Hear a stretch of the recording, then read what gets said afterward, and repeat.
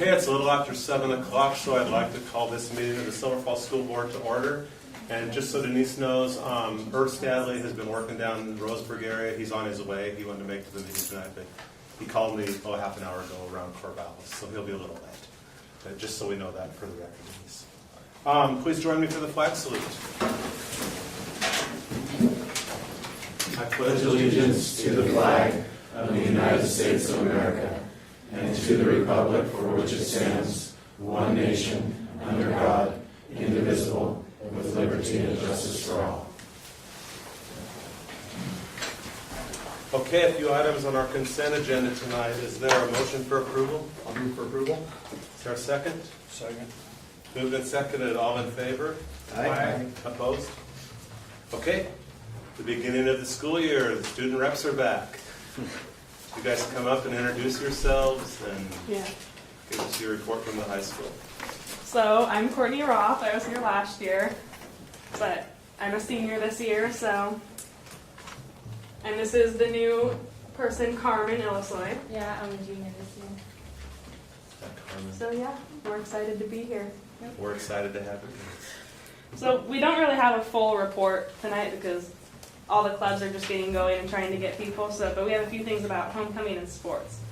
So for ASB is planning homecoming, and that whole homecoming week is taking place from September 21st through the 26th. That Friday is a day full of fun homecoming events. There's an assembly during the school day, the parade at 4 o'clock, the future Fox Fair at the old high school, the homecoming football game at 7, and a bonfire after the football game. The homecoming dance will take place that Saturday at 8. You are all welcome to come to these community events, and we would love to see you there. Also, the parade route has been changed from last year. This year's parade will be staged on Coolidge Road by the Coolidge-McLean Park, and then go on to McLean Road past High School Pharmacy, and then on to South James Street past Taco Bell, and then on to Schlater, the street just out here, and it will end in the high school parking lots back there. Okay, and then for sports, we have volleyball. Right now they're 1-1, and they just got third at the Sandy Volleyball Tournament, and that has brought them up from 28th to 20th in OSAA rankings. Their next game is home against Corvallis on September 15th. And then girls soccer, the girls are undefeated after playing 2 league games and are looking for a very good year. Their next game is this Thursday in North Eugene at 6 o'clock. Then we have boys soccer. The boys have had 4 games this season with a record of 1-2-1. Our boys soccer is also looking great this year and play this Thursday at home versus North Eugene. The game begins at 6:30. Then we have football, coached by John Manning. Right now they are 2-0 and have an away game this Friday, September 18th at Lebanon. Their home game last Friday against Marist was a blowout with a final score of 48-14. Senior running back Noah Dahl scored an incredible 5 touchdowns and then went on to kick and score all 5 field goals. And then cross country, coached by Eric Cross, is expecting a very successful season. This last Saturday at the Ash Creek Invitational Meet, our boys team placed 8th overall. And Hosea Catterall, he's a junior, led the team with a time of 17:12 in the 5K, followed closely by senior Wolf Cipher at a 17:20. And the girls team was led by Maddie Furman, who placed 9th overall in her race with a time of 19:13. And that's all we have for you tonight. Great. Any questions for these guys? Great year. Welcome, Carmen. Okay, thank you. Yeah, nice to meet you, Carmen. Good seeing you again, Courtney. Thank you. See you next month. See you next month, guys. Thank you. Okay, I'd like to open it up to our first audience of visitors tonight. Once again, I'm glad everybody's here, and you're welcome to address the board at this time. When you come up to the table, please be certain to sign in before you present, and then introduce yourselves to us. In order to ensure equity among members, the board will limit remarks to 3 minutes per individual, and I will give you a warning at about 30 seconds left about that. And if a group of 3 or more wishes to appoint a representative to speak on its behalf, the board will extend the time for remarks to 5 minutes. And then we have a second audience of visitors that occurs later on in the agenda, specific to discussion and action items that we talk about at this meeting. So, anyone like to address the board?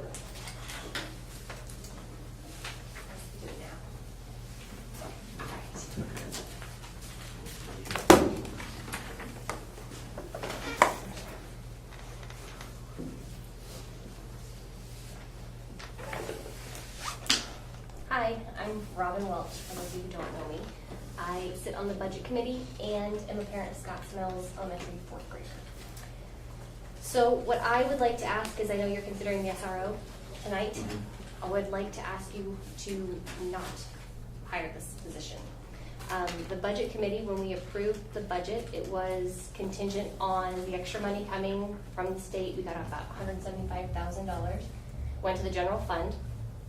But the priorities were additional school funding, and I think you have too many schools that need that money. Scotts Mills being one of them, we cut half a teacher, so we lost straight grade math this year. So in a class where my daughter is, there's 34 kids. They have math instruction 2 days a week and worksheets 2 or 3 days a week. That being said, they're not getting enough help in that classroom. They do have 2 aides, so to be fair, they are trying to help with aides. But because we lost that straight grade math in a split school, which you all know Scotts Mills has split classes, we aren't getting enough help in those areas. So my daughter, who is top of the class in her math, came back failing division. I had to teach her division on my own because there wasn't enough going on there. The teacher's doing a great job. We have awesome teachers at the school. But I think that given that money was told that the teachers would be first priority, we cut a teacher. I did go back through the budget, and it looks like Scotts Mills is the only school that cut a teacher, half a teacher, to be fair. Other schools did cut aides. So there's other schools that could use it too. I think an SRO, don't get me wrong, it's a great position. It would be awesome to have. In a perfect world, great idea. But right now, we don't have that perfect world. We need help in these areas first, and the budget was approved given that those 3 things would be priority. PERS would be last, the second would be the SRO position, the first being teachers. I feel like the money has been sent to the general fund and skipped. And now, when you said we couldn't do the teachers, we're going to just put the money in the general fund, it's going to go here and just sit here because we were worried about PERS, right? That was a discussion, worried about the PERS money. We have to put it in savings in case, which makes sense. But now we're discussing an SRO, but we skipped this step. So I'm asking you to consider that when you talk to me about it. Okay, any questions for Robin? You said you lost a straight grade teacher, you said? Right, so we have split level classes at Right. South Hills, Yeah. except for the first 3 grades. So we had straight grade math instructor that would go into the classrooms individually and teach just math. And straight grade math is good because, so my daughter's class is 34 kids, 14 of them in 1 grade. So they are trying to give them, their 4th grade math or their 3rd grade math. But now they're kind of getting this mix because the teacher can only be here 2 days a week, here 3 days a week, switch it up, worksheets. They're just sitting there doing worksheets. With an aide, it's not enough. Of course, they had the devoted attention before. Right, so before they had the devoted attention in that class. And to be honest, this isn't the first time that schools have missed subjects because of something like this. There have been like the Oregon Trail unit that they missed because there wasn't a teacher. We've had to switch kids around to make up for where, our budget falls because it's like 97% of our budget goes to staff. We have 3% extra for anything else, which is pretty typical. It's not that uncommon to the other schools in the district. But with that being said, there are different things that are being missed because we've had to kind of flip kids around and, the teachers do the best they can. They're really awesome teachers. So me saying her failing division is a big deal.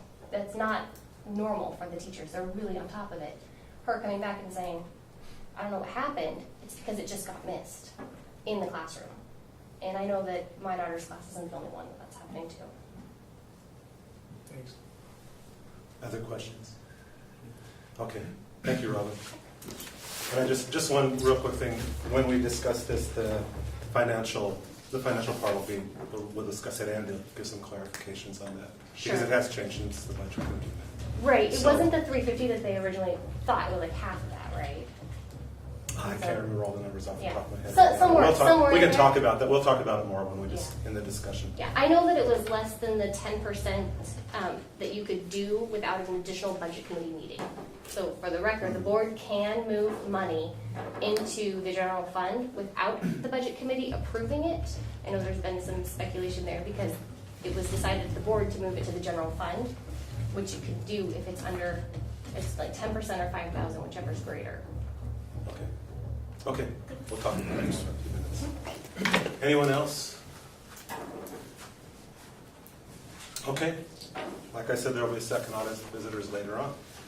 We'll move on to discussion items. 2015-16 draft district goals. This was a topic at our last work session, and Andy put a couple goals in our packet that we kind of came up with, kind of centered around. So any discussion on these? This is an action item to approve these later on tonight. Anybody have anything? I thought they looked fine. I thought they captured what we had talked about really well. And they're both pretty big things, so.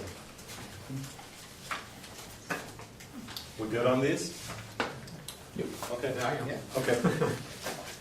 Okay, the 2015-16 board and budget calendar. This was mostly just for our purposes to see the year laid out. So anybody have any questions or anything on this? Okay, pretty straightforward. District School Resource Officer. This was something else we talked about at our last work session. And it's an action item tonight to approve a school resource officer. So discussion on this.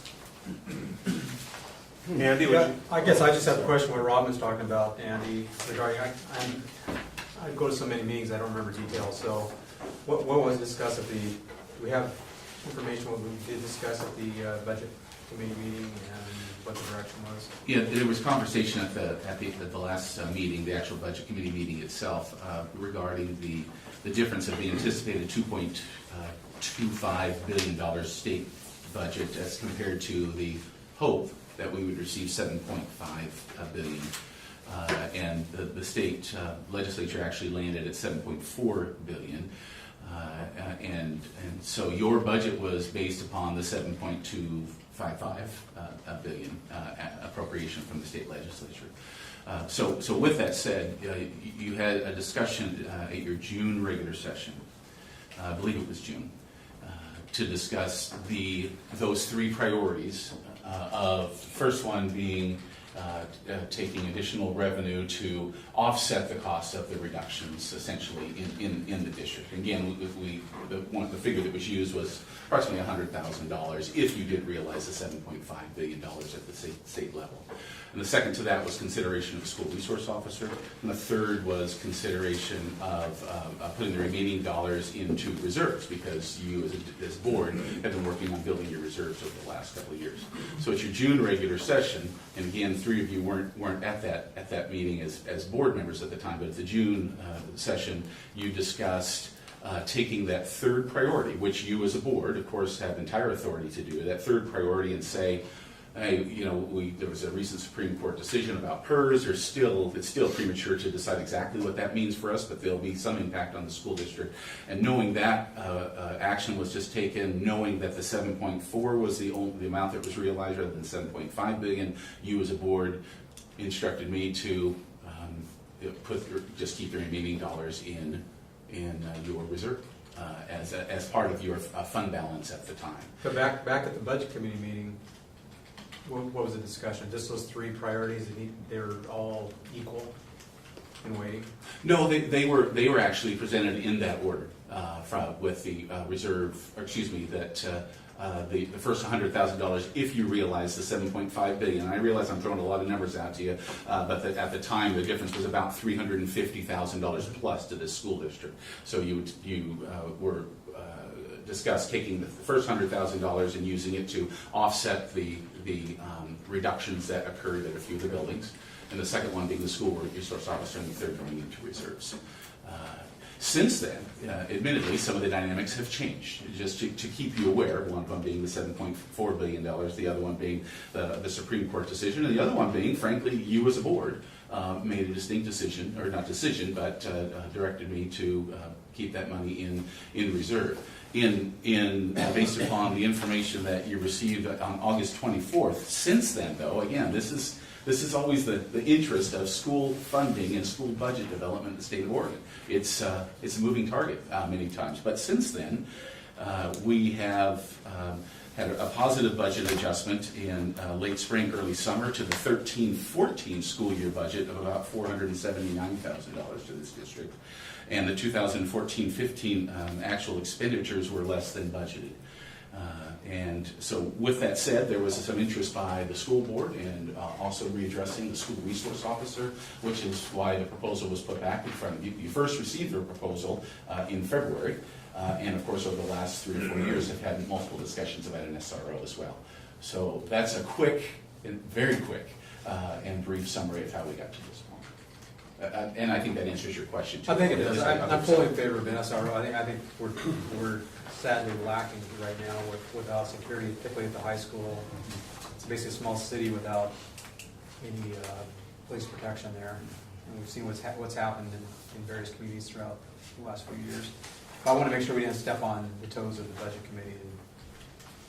And it sounds like we're not. I presented those 3 priorities to you as my recommendations to the budget committee, and so all of you, or the board members, were sitting on the budget committee at the time, and that's how they were presented. Yeah. I'm definitely for an SRO, but I guess I'm concerned about how it's being paid for. It's in our last work session, all the positives about having an SRO in our building were law enforcement roles. That's kids breaking the law. I believe it was someone said, I think that at the high school you can call the cops there for something every day, and if someone is breaking the law and you need the law enforcement, that's law enforcement, and that law enforcement dollars I think should be covering that. And I think there needs to be some more cost sharing there. For example, and kind of as an analogy, for some of our high needs kids, we have to provide health care services during the day, and we bill Medicaid for those. It doesn't come out of the education budget. Education budget is for educating, law enforcement is for law enforcement, health care is for health care. And I think that we're paying for law enforcement, and I think law enforcement should be paying for that. And we should try to figure out where. I think we need to. The Silverton Law Enforcement Agency, maybe Marion County's a little bit, because we're taking care of some rural kids too, should help out with this. Many of the benefits were having them on site. They're able to interact with the kids during the day, and that helps the law enforcement agencies in the field on the weekends after school hours. And so this is a big segment of this is law enforcement role, and I think we need to have further discussion about that and possibly try to pony up a little bit for it. We're stating that we're only paying 75% of it, but they're only there 75% of the time because there's summer break, Christmas break, spring break. They're not there. We're essentially paying for 100% of the services during the school year, and they're doing a lot of law enforcement stuff. I'm excited about having someone there for our security purposes and paying for that. And I'd like law enforcement paying for law enforcement, us to pay for security, and there's some gray areas that we should negotiate for. And try to see if we can save a few bucks. I think we've got to come back to something you just said, Tom, that you touched on. Yeah, they do law enforcement, but I think we've got to come back to that there's more than that. Now, you look at the title. It's a school resource officer. It's not school enforcement officer, right? Yes, they're doing law enforcement. Yes, they're dealing with issues.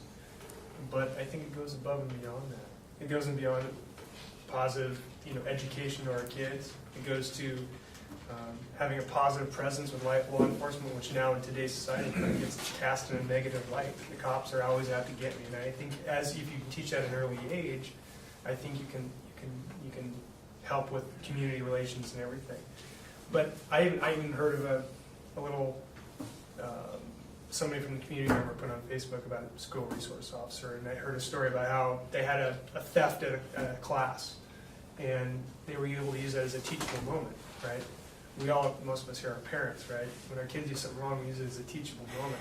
They use it as a teachable moment not to discipline the person who did the theft, but to educate the school, the class, on theft. What is, I mean, granted, it's black and white, but in today's society, sometimes it's kind of gray. And it uses a teachable moment. And yeah, having a uniformed officer to kind of help do that, it's a little bit more gusto into it. So I think, again, it goes above and beyond just police in the halls and the schools. It goes to relations with our community law enforcement. And I think you could all agree that we all have wonderful input from the community when Terry Murphy was our SRO several years ago. I think everybody can agree that it was a valuable thing. Now, I understand we have to balance that in light of funds and dollars and cents, but I think we got to go above and beyond. It's not the law enforcement; their resource also. Yeah, no, trust me. I everything. I agree with everything you said. It's just I just feel like what's the moral. It's not. It's law enforcement. I thought I just lost it, but anyway. I feel that we should maybe work a little more and try to get a little more cost sharing. Because before we lost it, they paid for 100% of it, and budgets. The economy got tough. The police departments had to make cuts. We had to make cuts. Now things have recovered, and now we're supposed to bear the whole war. I assume that their budgets have recovered some too. I certainly don't know what their books look like, but I just think it demands further discussion. I think, in my opinion. I'm with you, and I think you touched on a point with county, and given that we have a unique nature of crossing out into county schools, and not only Marion County, but also in Clackamas County, it presents a kind of a sticky point issue of jurisdiction. But I think if we start going into county type things, it's gonna get even messier. Oh. I think even more expensive. So I think it's best to stay there. If I can address both of those Yeah, points, go ahead. Mr. Chairman. The model of the SRO, Tom, is different than it was with Terry Murphy. Terry Murphy as an SRO, he was 100% funded by the city of Silverton, but he was pulled away constantly, all the time from the school. So in this case, we have total and full control over this person for 9 months. We get to sit on the selection committee, get to contribute to the person's evaluation. All of those elements are literally within the school district's authority and control. Of course, through the sergeant or the captain or the officer at the police department. And then related to Marion County, we actually did a pretty detailed study of having Marion County provide a school resource officer. I believe it was 2 years ago. We compared Marion County to Silverton Police Department. And number one, the cost for Marion County is much more than Silverton Police Department. So there is an economic issue.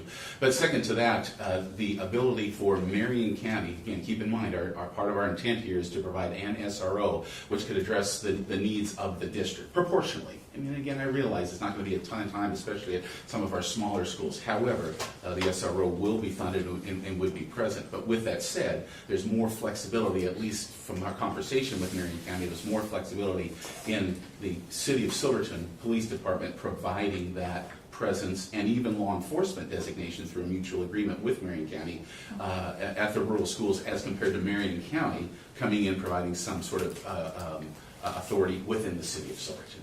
That was distinctly a difference. And so, and we have a city and a chief of police who is willing to work really with this as much as possible in order to provide this position within the district, and has reached out to Marion County and even Clackamas County to say we can provide a presence in those schools as well. Yeah, I think this is something we've been wanting to get back in our district for quite a while. I mean, I personally have anyway. When Terry Murphy he only worked the town schools, but he had a great presence and a great rapport with the kids, and it was a really positive thing.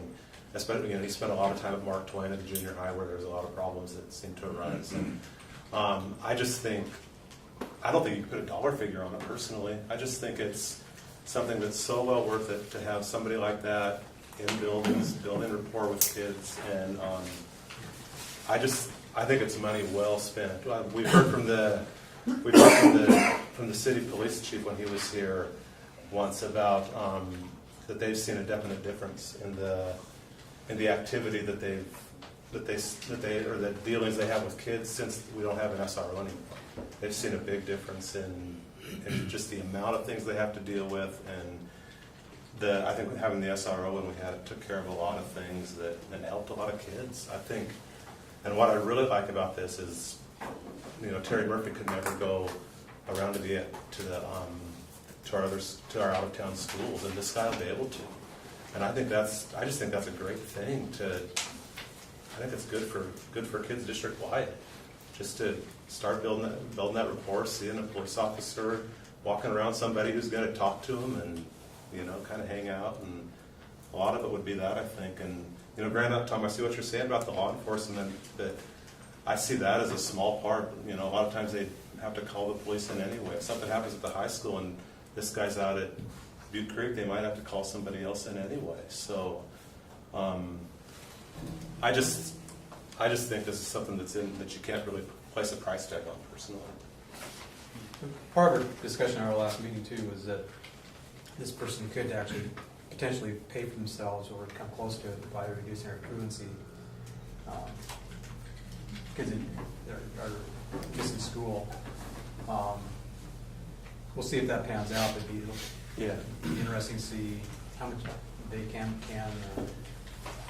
bring back into the district. Well, Yeah. that's something- No, I'm sorry. Yeah, Go ahead. No, I think that's something too you touched on, even if we want to use this individual with truancy, this is something we probably couldn't do before, because that's not a law enforcement job. I mean, this is something we can really enforce and set as their goals. If we have control over this or input on what this individual does, hey, there's some truancy things we need you to help with.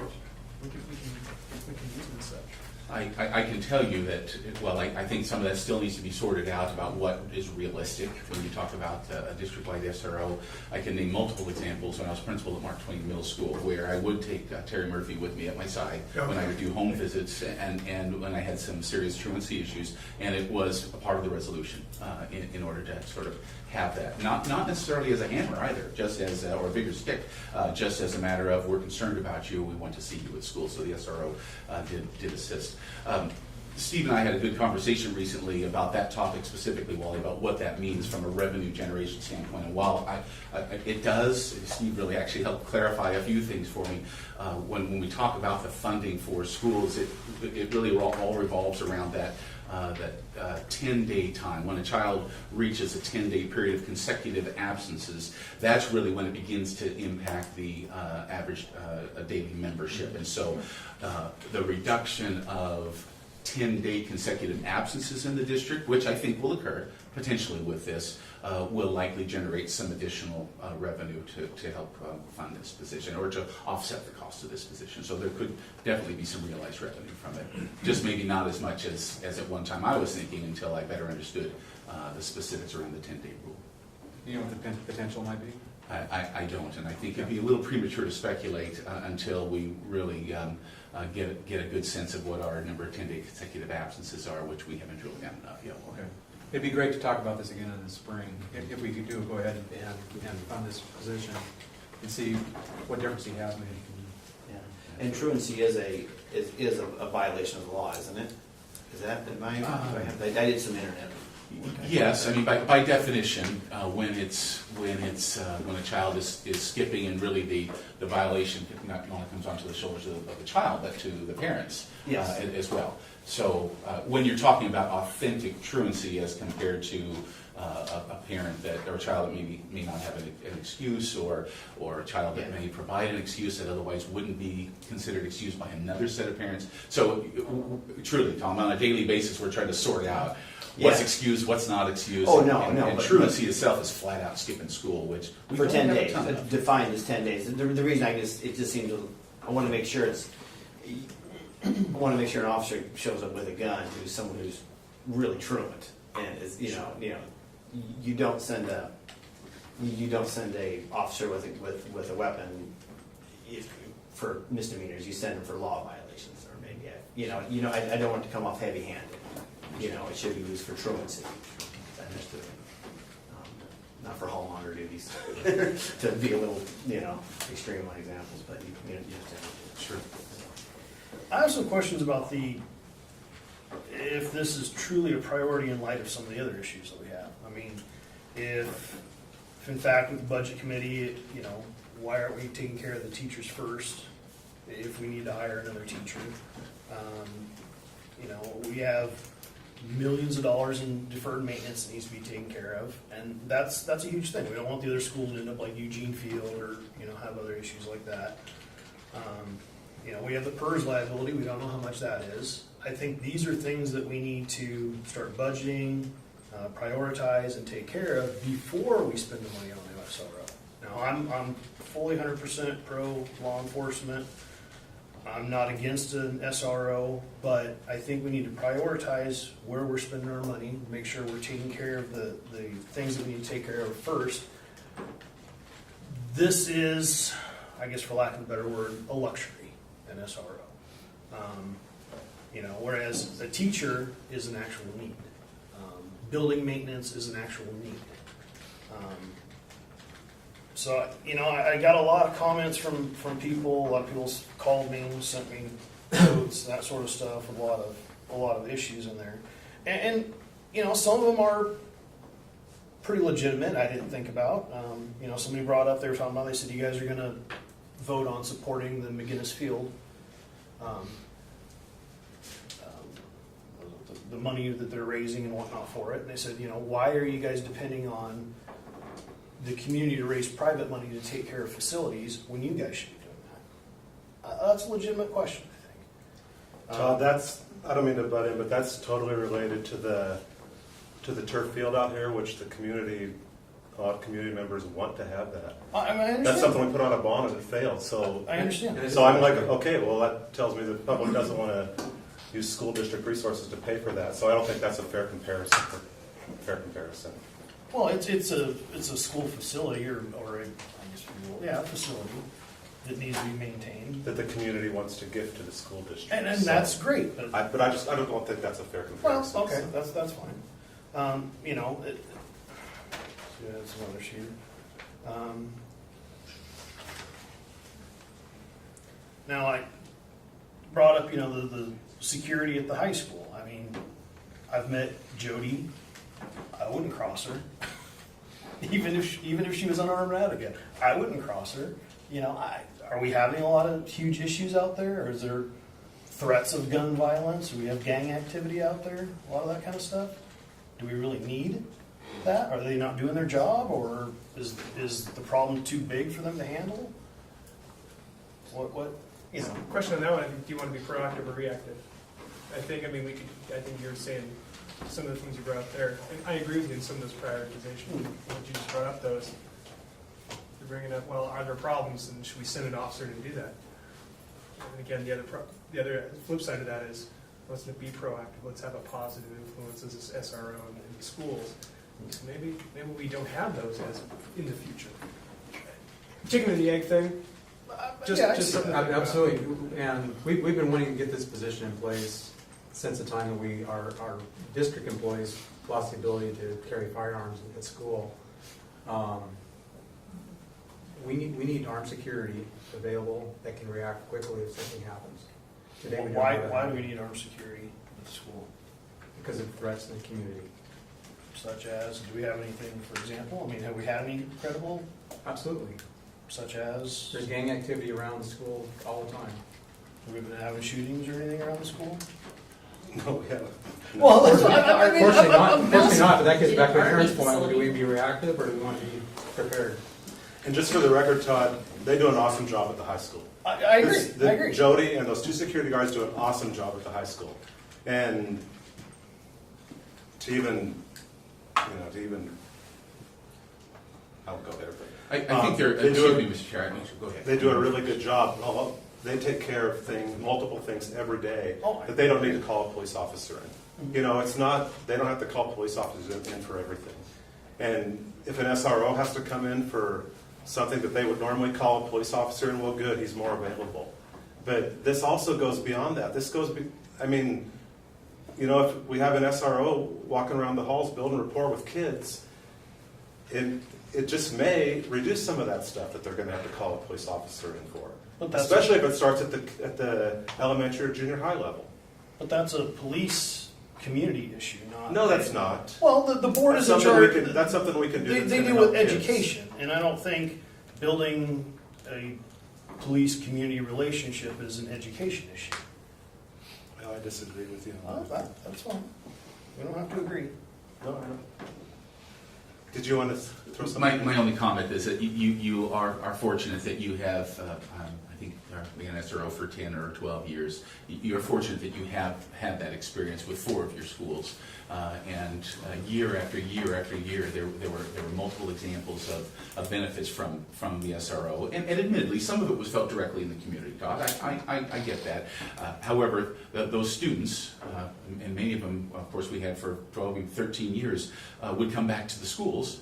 And as a result of the relationship that was developed with the SRO, we found improved behavior. We found literally a reduction in behavioral issues, especially at the middle school and high school, and simply because of the availability of that person, that connection between the community and the schools was frankly immeasurable. I mean, to this day, you can have conversations with our former SRO, and he will continue to tell you the number of students who come up to him and compliment him about how he helped turn around their world and make better choices for themselves. So, while I think it'd be nice if we could find every tangible and measurable, sort of quantifiable effect of an SRO, you can to a certain degree, but you aren't. It's truly what's felt for years to come in the community and within the schools in that community. So taking what Todd said, Todd, I do like your idea of the priorities thing, and I think we've already set some of those forth in some of the priorities from the past boards and what was shared a little bit ago.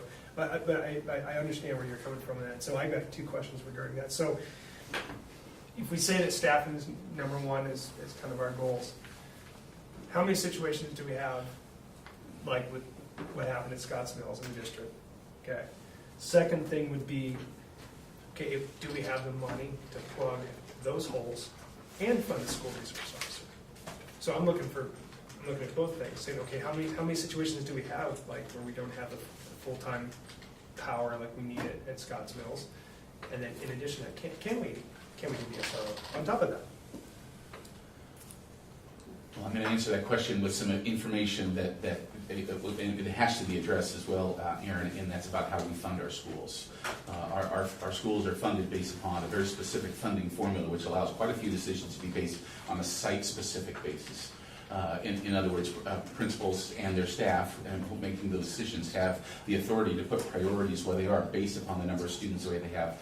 And so with that said, without going back and revisiting the specific site decisions, whether it be Scotts Mill School or any other school in the district, to know what that meant, whether there were preservations of dollars, whether those dollars were placed into teachers or an abundance of extra educational assistance, or wherever the priority was in the school. It's nearly impossible to be able to say that an adjustment made at one school would result in adjustments at any other school, because the variables are different, because the priorities were different specific to that. I think we've done a reasonable job over the last few years of being more district centers for some of our funding, especially around things like nursing and special education, ELL, and so forth. But still, as a priority for this district, we allow quite a few of those decisions and priorities to be centered on the needs specifically of the school.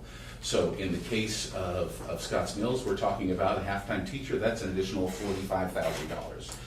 If you were to take $45,000 equivalent of at Scotts Mills schools and distribute that proportionally through the other rest of the schools, you'd be talking hundreds and hundreds of thousands of dollars, and you don't have that. Now, the other piece, and I'm hitting off another item a little bit early here, is that we keep a real close check on enrollment year long.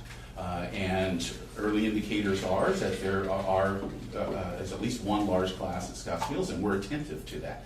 But I think it's too early to make a decision about that. And plus, I have to bring in the principal of that school to help me understand what that staffing impact is. And the staffing allocation, frankly, falls on the shoulders of your administrators to make the decisions that are in the best interest of the district, and in this case, the school. So I can't answer all those questions at this point, but there was a reduction of a half-time teacher at Scotts Mills as a result of the funding formula and the budgeting process, but we also lost a few classified positions throughout the district as well. I'm not aware of another teaching position in the district. But can I add something to that, Andy? At the same time, Christian Jordan was able to receive a physical education grant for Scotts Mills, and so right now what's happening is that they're trying to fill that position, and so they have hired a math specialist. That's Kelsey Palmer. And part of the growing pain in building a straight grade level at all grade levels is part of that overloading for a while. Linda Myers can attest to that, what that looked like at Victor Point. And so there is, she's a brand new rookie teacher, not quite done with everything yet, but she has a math endorsement, and she will be providing math instruction in the upper grade levels. Because we got the PE grant that then also now provides a .75 PE teacher, which was not out there before.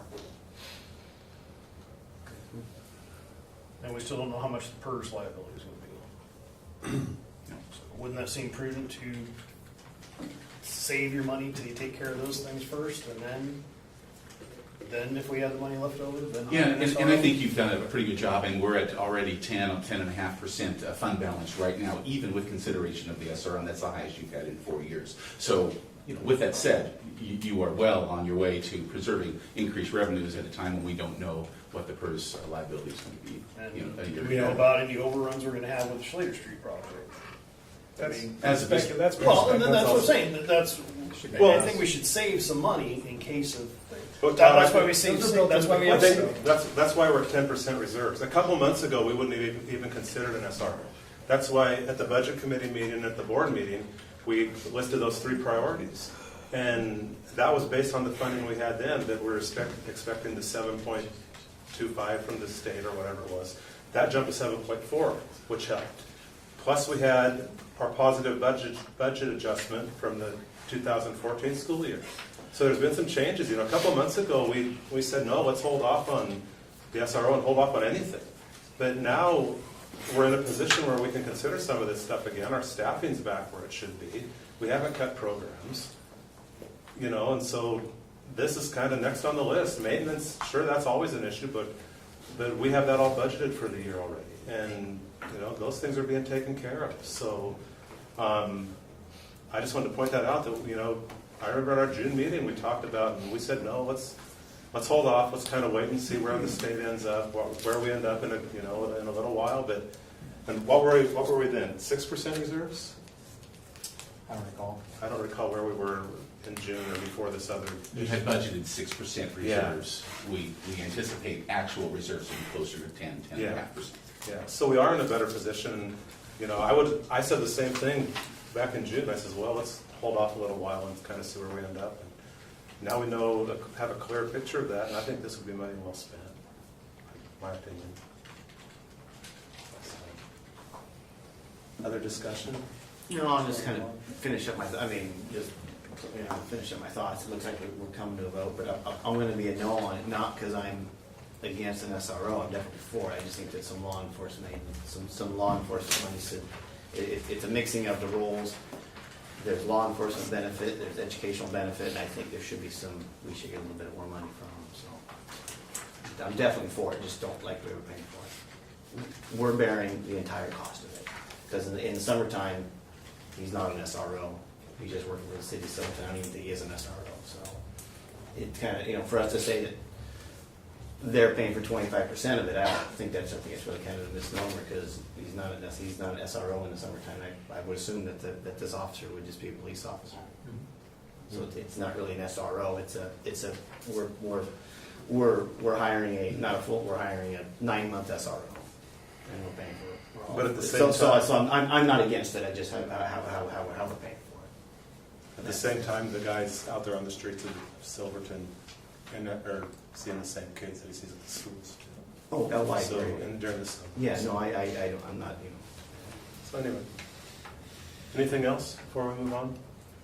Now, is this, I'm sorry. Oh, I was gonna say, I looked at the SRO officer being like maintenance for kids. We're doing maintenance for buildings, but we've gotta have something that we're taking care of kids, looking out for kids. So let's spend a little money on that maintenance.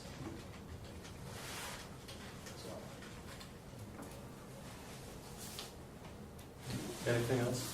Now, this officer, I think we talked about before, he can't make arrests at Butte Creek because it's Clackamas County? Yeah, there was Clackamas County, I believe, according to the chief, that he can have a presence there, but if there were any criminal activity, would need to call in Clackamas County Sheriff's Office. I believe that's what it is. Yeah, we're in Marion County. He stated that there is an agreement with Marion County. So I'm not certain if that's something between interagencies that they just need to work on.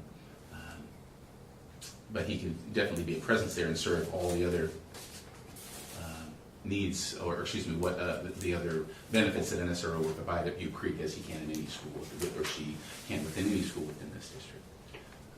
So you can't do arrests, can't do truancy for people who live in Clackamas County. Oh, arrests, no, but truancy, site visits and things like that, I think those are fair. Those are, and again, it's the arrests or the citations, and if there were citations given for truancy, I believe that would have to occur through Clackamas County Sheriff's Office. Okay. Okay, let's move on. Next discussion item, community-funded project to upgrade McGinnis Field. This is once again, this is a community-centered effort, mostly headed by the Silver Fox Foundation and lots of community groups who are trying to raise some money to put turf in on our football field right behind us out here. This is nothing that needs board action, but we thought it would be a great thing if the board could get, show support for this. So again, this is an action item tonight.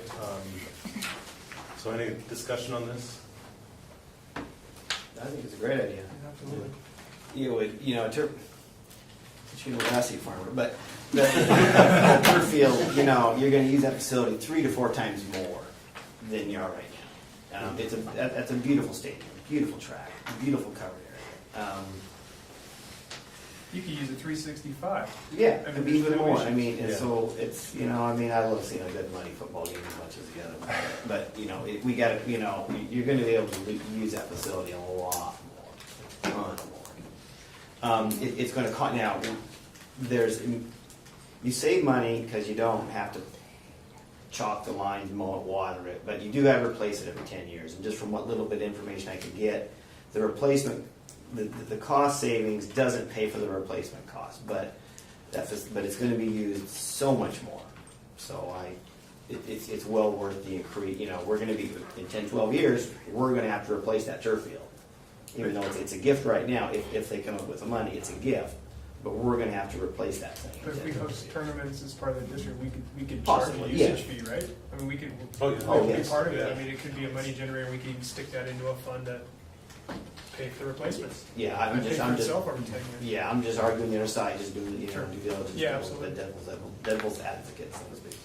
So, It would- anyway, yeah, I think it's a great idea. It would not only give a lot more use for the field out here, it would help save our, a lot of the other practice fields, because when we go to state playoffs, a lot of times this field gets too wet to even practice on it. They have to save it for a game, and so they end up going over to Pine to practice, and those fields get kind of trashed because in wet conditions, that's not exactly dry fields over there either. So. And more and more schools are going this direction, and Yeah. it's because you can get more playing time. I just read an article about McNary High School. They recently got a new turf field and had the same exact discussion we're having right now. It's all around more use. Yeah. And I believe that was community funded as Yeah. well, right? Yeah. And this is a great thing that the community wants to do. It's an awesome thing. I hope it's successful. So. I'll tip my hat to my alma mater in the area because I feel it was a rough place to play in the winter in the national times, let me tell you. So glad to see that. Yeah. Okay, anything else on this? Okay.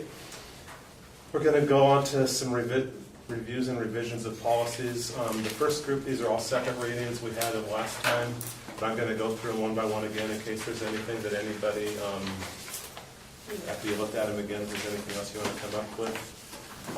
BBAA, individual board members' authority and responsibilities. Okay, BBF, board member standards of conduct. Just speak up if there's something, because I'm going to buzz through them. BCD, board superintendent relationship. BCE, board committees. BCF, advisory committees to the board. BDA/BDB, regular and special school board meetings. BDD, board meeting procedures. BDDB, BDDC, board meeting agenda. BDDH, public participation in board meetings. BE, school board work sessions. BF, board policy development.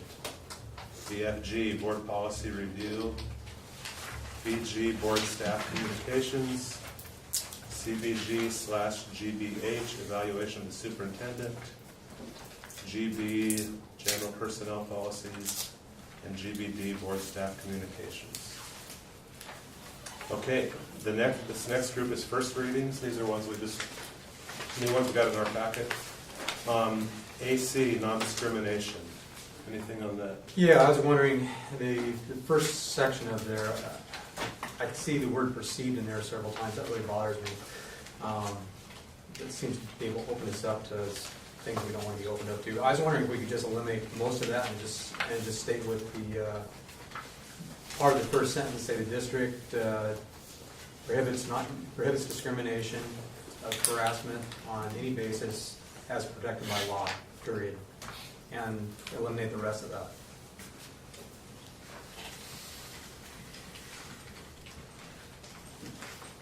I will check, Wally, and I'll check with Oregon School Board Association on that. Because many times it's how it's written in the law. I understand. And if they have it verbatim in the law, then we're required to keep it in policy, but I'll double check. Okay, thanks. Anything else on that one? Okay, GBDA, Mother Friendly Workforce. Any comments? Okay, GBM, staff complaints. Similar comment, that whole first section in blue, I'm questioning the need for that.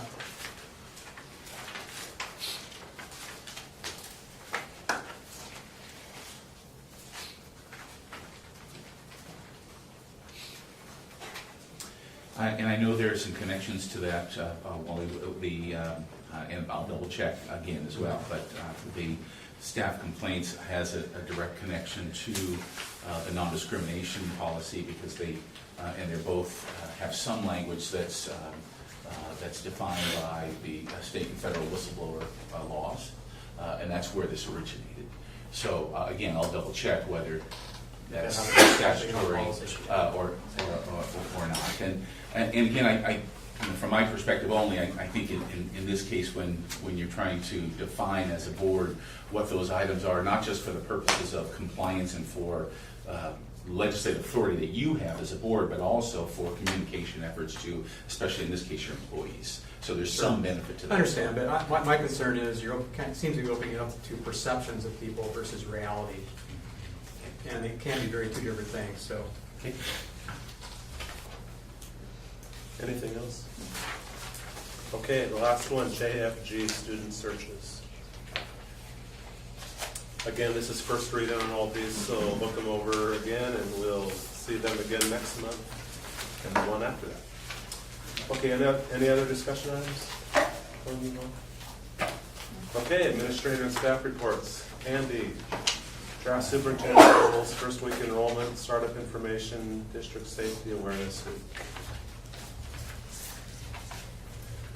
Some of this information we've highlighted a little bit at this point, but I do want to let you know that from my perspective, and I think based upon the input I received from staff members and parents, that we had a very successful in-service week.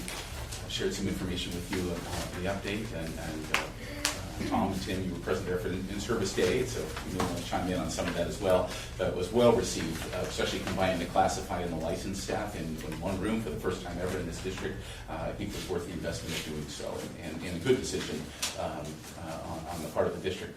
Second to that, though, we've had, I think, a very successful first week, for a little over first week to the school year.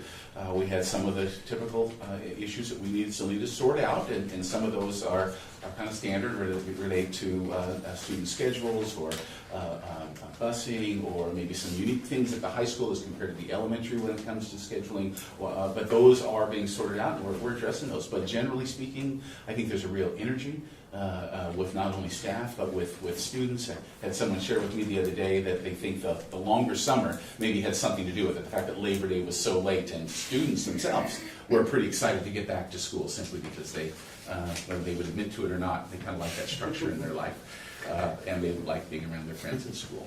So, a good start to the school year. Second to that, speaking of the beginning of the year, the enrollment is Again, I don't want to share any of this information with you with the thought that it's anything but dynamics still at this point. When you talk about the first 3 or 4 weeks of the school year, all bets are off. That's why you rely upon your October 1st figures, and are actually used for some reporting purposes and budgeting purposes and Title I purposes and a number of other things within the district. So with that said, though, this week compared to first week compared to last week, at this point anyway, you're up about 1.5% across the district. Some schools saw a reduction. As an example, at this point, Butte Creek is down, we have, of course, a reduction at Eugene Field, but at this point, when you combine the total enrollment of Eugene Field and Robert Frost at this point last year, we're actually down about 30 or 40 students. So we'll see if that continues as we move to October 1st. We have seen some increases. We're up, at least as of today, about 40 students at Silverton High School. We have a pretty large freshman class and a pretty large junior class there. We're up about 11 or 12 students at Scotts Mill School, which again, I know has been a priority for this board over the past few years to see enrollment increase there, as well as Silver Crest School. We're up about 7 or 8 students at this point compared to last year.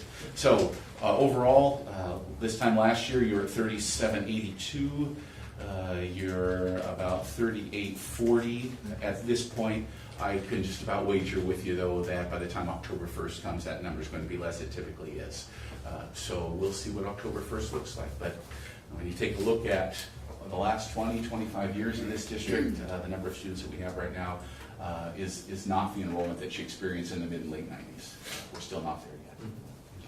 Do you happen to know if out-of-district transfers is approximately the same, or is it? I don't have a good sense at this point, Wally, because it's still, I mean, we can look at numbers, that's for sure, and we do track those, but I think we'll have a better sense in October, maybe even November, as things settle out a little bit. Okay. My sense is it hasn't changed too much, but we'll see. I know some schools, as an example, Butte Creek, Robert Frost, a number of schools have literally shut down. I mean, they were taking no more transfers at all, and they did that literally a month or 6 weeks ago. And you said that the enrollment number always goes down by October 1st. I'm just curious, why is that? Some find that some kids they move, they don't report for the first day of school. We don't receive a records request for 2 or 3 weeks. Okay. Even so, we just have no idea where they are, where they went. In some cases, we never receive a records request for some kids, especially at the upper high school grades. Yeah. So that's really the They don't show up, so you cross them off the list. Okay. Other questions on this? Yeah, and I have a district safety awareness week. I just wanted to draw your attention to that, September 21st to the 25th. We as a district are focusing on safety across the board. Administrators received some training specific to standard safety response protocol, which is a more uniform protocol. We've never had uniformity of emergency procedures and crisis procedures in this district in the past, to this degree anyway. And so I think this is a great addition, and it also is some additional training related to lockdown and lockout procedures and crisis response procedures that we received from Silverton Fire District, City of Silverton Police Department, and Marion County Sheriff's Office in early August, and the administrators essentially have been trained now to share that information with their staff members, which they'll be doing over the course of our Safety Awareness Week. And we put extra emphasis on updating all the emergency procedures to be the Oregon School Boards Association template that many of our schools have used. So if and when, I should say, you visit schools, you should see some uniformity with that. As a visual example, on the outside, finally, all of our schools have window numbers on the exterior of each of our school classrooms now, so law enforcement and fire personnel can see which rooms it is that's being affected or where they should go. So some great things happening related to safety, and we still have some work to do, but I think it's important that we make this a continued priority. I just want to add that all staff conference or meeting before school. I thought it was great. I showed up. Just the idea of all seeing the janitors and the teachers and everybody there, just kind of go, okay, here we are again. Here's the familiar faces. It just kind of got the juices flowing again. I just thought it was great. You know, I saw teachers comparing notes because some were leaving, some were coming to this building. I'm coming to yours. You're going over there. And it was just, I just think it got people kind of thinking in the right direction again. You know, it was a good kickstart. Everybody's there together. I thought it was neat. I hope you continue it. It doesn't even have to really be a big event. It was just that we happened to do schedule all our things together, and we share a meal in the middle of the day and carry on. I just thought it was great. Thank you.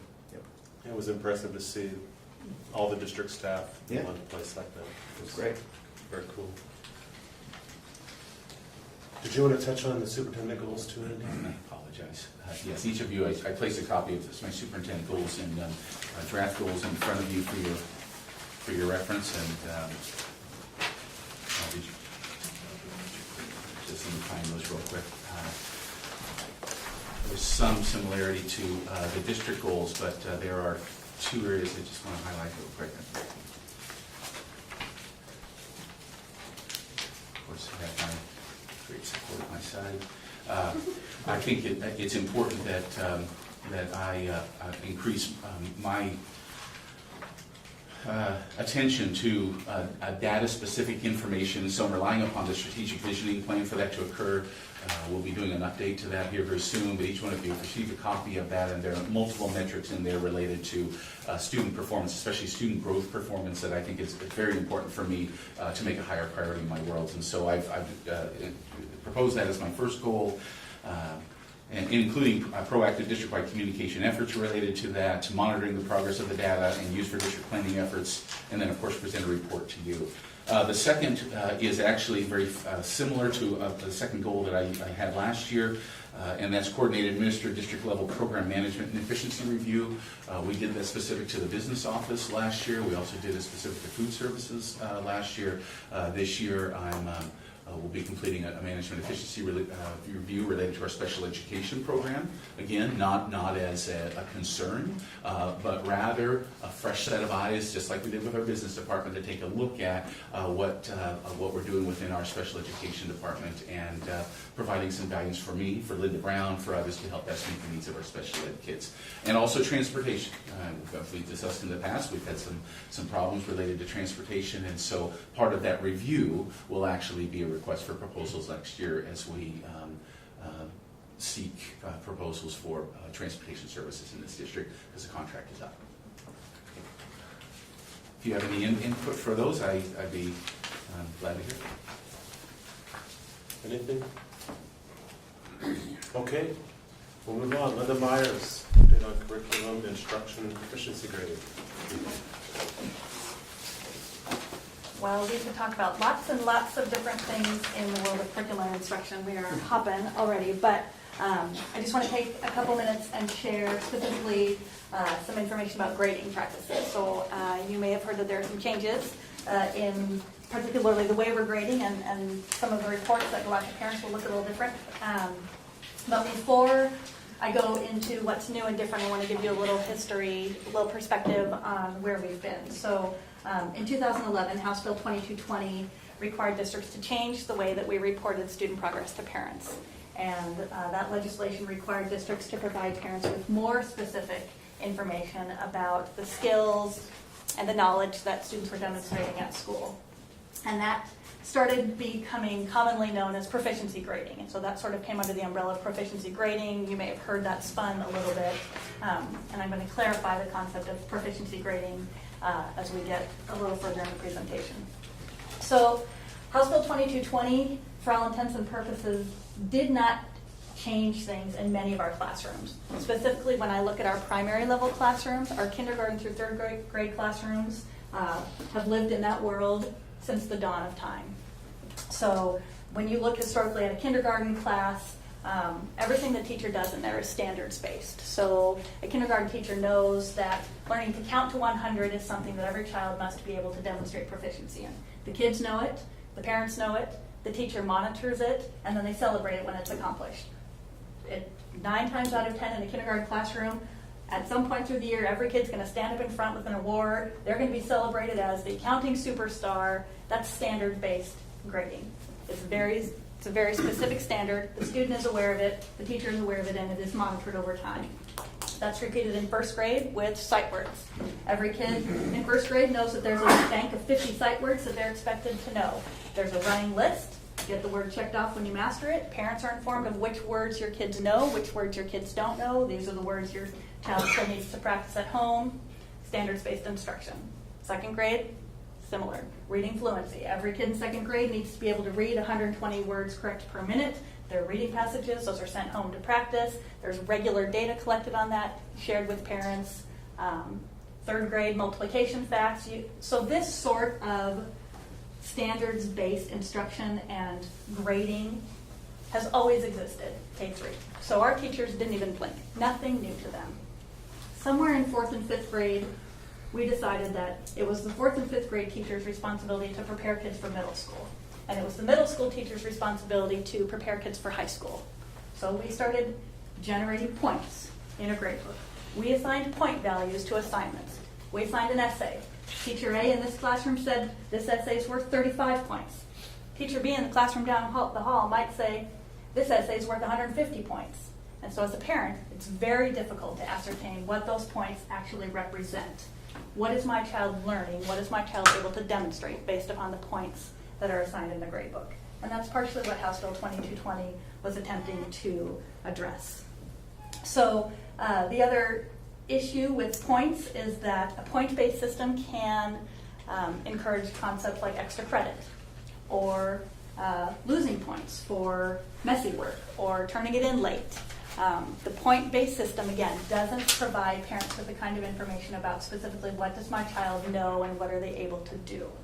So House Bill 2220 is moving us in a good direction for kids. Let me pass those down. Let me pass those. There, bottom there, and then actually, I guess I need one. Thank you.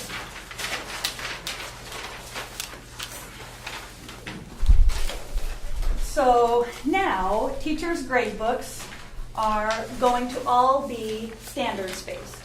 And by that, I just have given you a sample up there at the top. This is 7th grade math. So teams of teachers worked together to identify which standards they wanted to be represented for each individual course. So for example, in 7th grade, there are 42 CCSS, Common Core State Standards, in 7th grade for English language arts. That includes reading, writing, speaking, listening, and language. There are 42 standards. There's no way that those 42 standards are all equal in weight or rigor or relevance. So we've asked teams of teachers to go through and prioritize standards. This has happened in every district in the state, probably every district in the nation at this point. And they have prioritized the standards that have the highest leverage in preparation for the following grade. So on this side of the chart, just as an example, the pink boxes represent the standards that the 7th grade math team selected, saying these are the highest leverage standards in 7th grade math. Now there are, 8 or 9 of them listed there. But if you look closely, they represent way more skills than that. So look in that second box, NS1.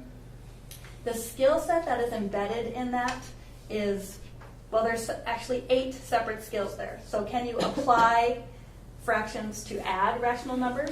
Can you apply fractions to subtract rational numbers? Can you apply fractions to multiply rational numbers? And can you apply fractions to divide rational numbers? That's 4 separate skills. Then, can you extend fractions to add, subtract, multiply, and divide? So even within that standard, you have 8 separate skills that are represented that teachers need to assess and score. So the standards in the pink are what are available to teachers in their grade books. So as they're giving assignments, each assignment is attached to a standard. Then the report card will print the purple unit titles. So essentially all of the pink standards that fall underneath the purple unit will be reported under the purple. So the report card, in order to keep it from being 16 pages long, those standards will be grouped into common areas, and parents will get their scores reported in units. So you'll see an example of that on the back. This is a 2nd grade report card.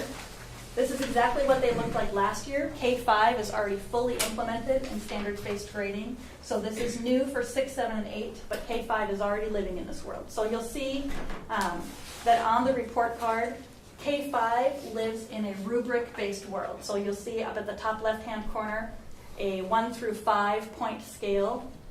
We have altered the language of that scale because that scale is using the word proficient for level 4 And we are wanting to move away from the vocabulary proficiency grading, and I'll explain why in just a minute. But we're being very purposeful about calling this standards-based grading, because that's what it is. This is not proficiency-based grading, and I'll give you some more detail on that.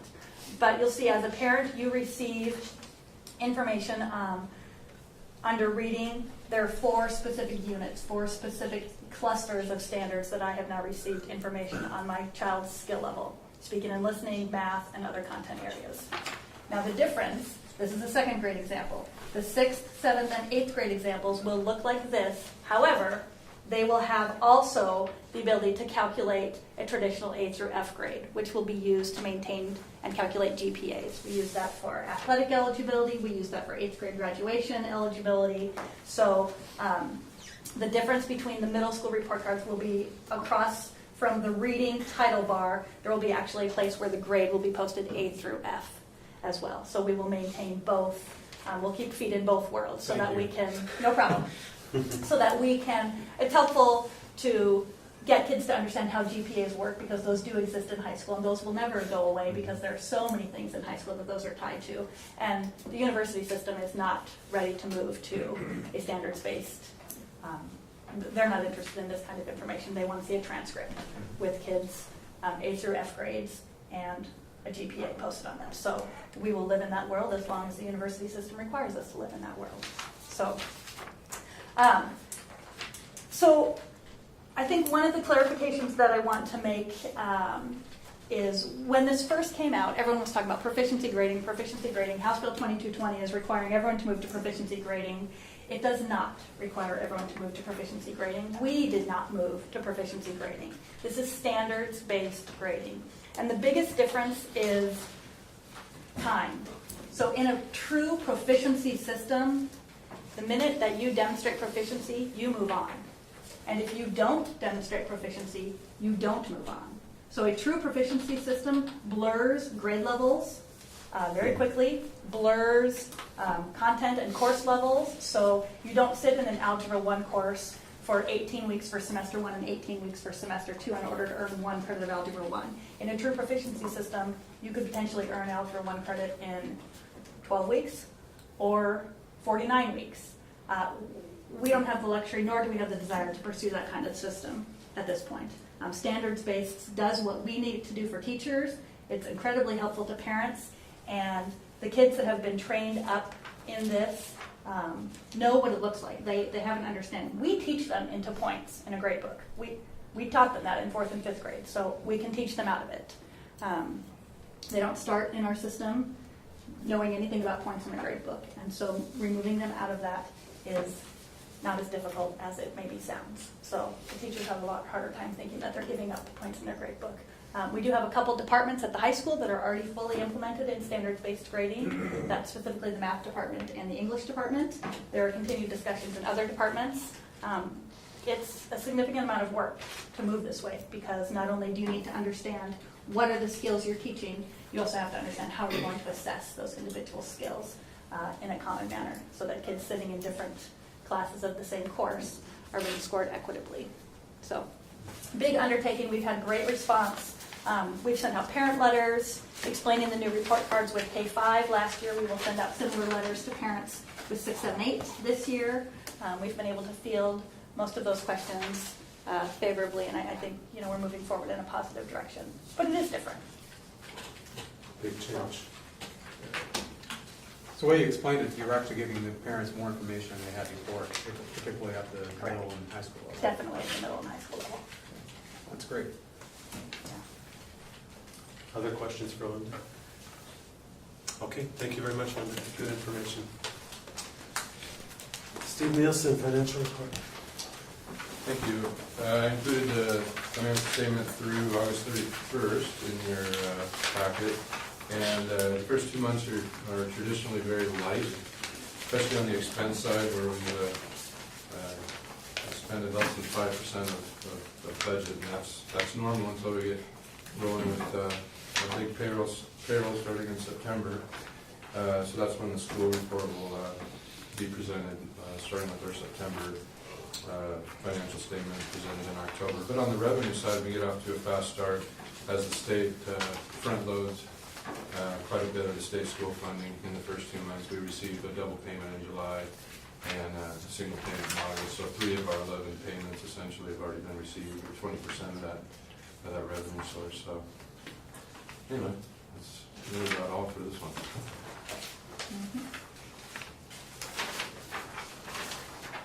Questions for Steve?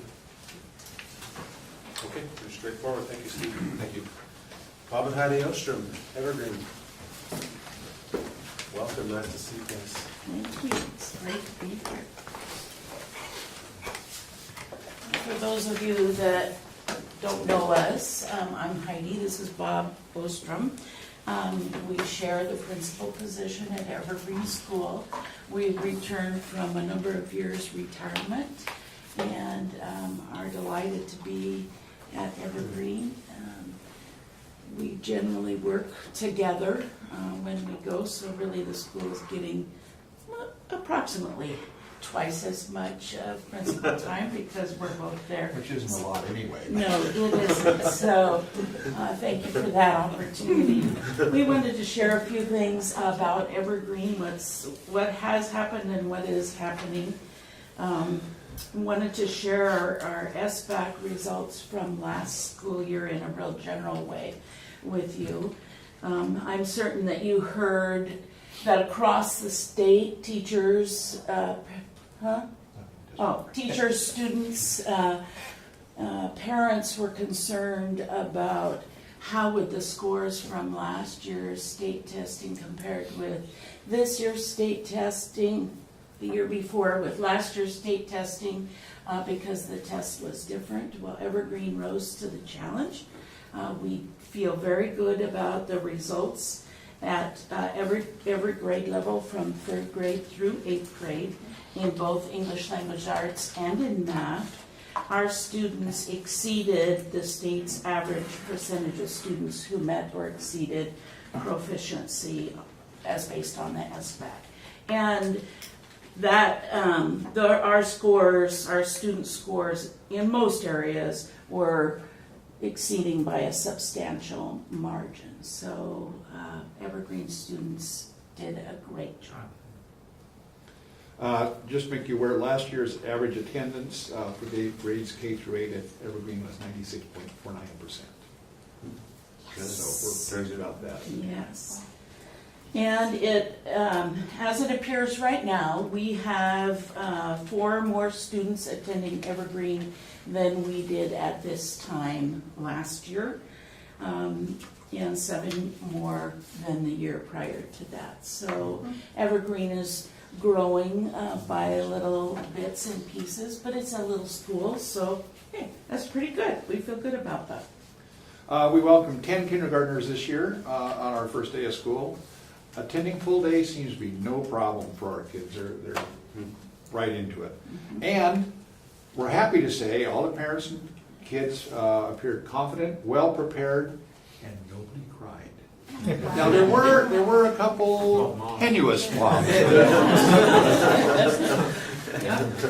Did well.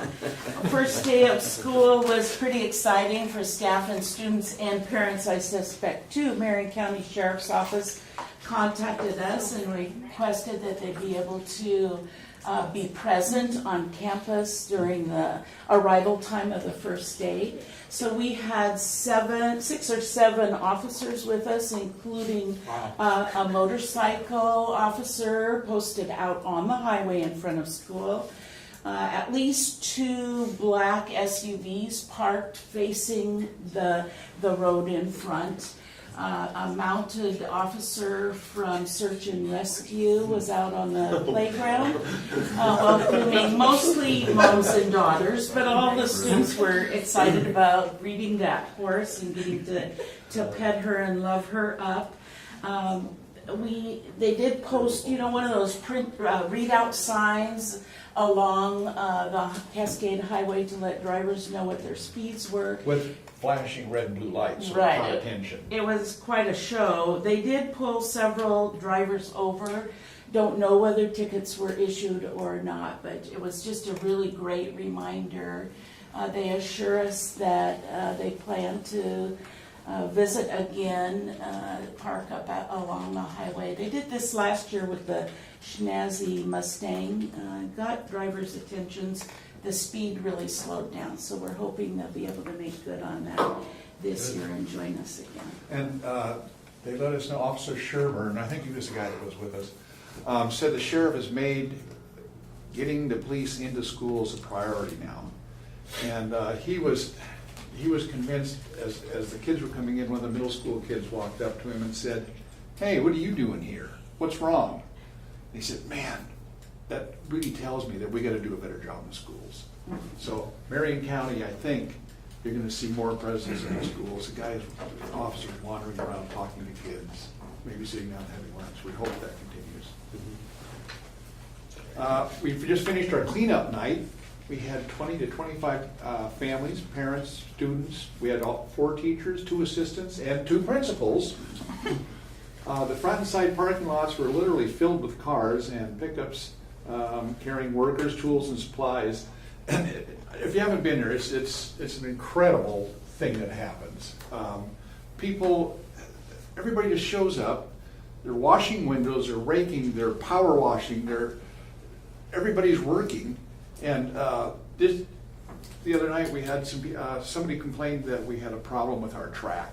So a group of fathers went out and they're working on it. And they decided it was more than they could handle with rakes and shovels. A few minutes later, a tractor comes in. It's amazing. It's something to see. It's amazing. The principals put together a long list of to-dos, but truly the community doesn't need that list. They kind of got their routines down and they just get at it and work until after dark, until it's finished. It was awesome. This year's annual Evergreen Pie Social, if you've not been, it's an event to come to.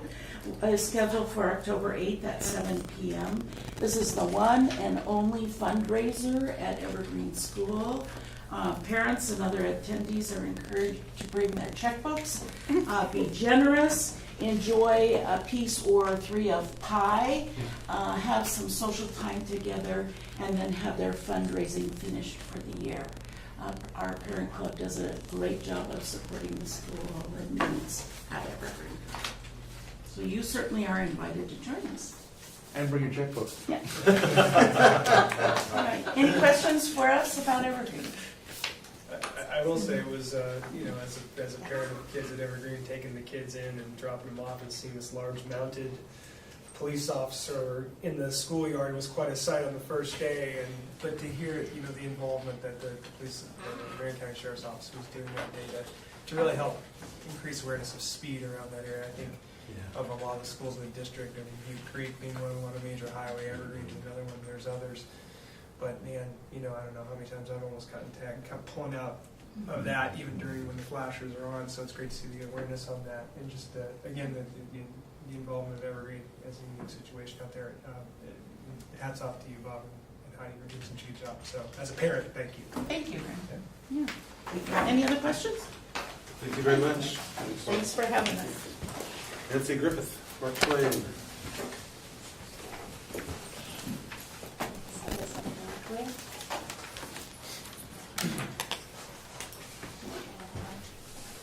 Are you going to be up here, Nancy? Thank you.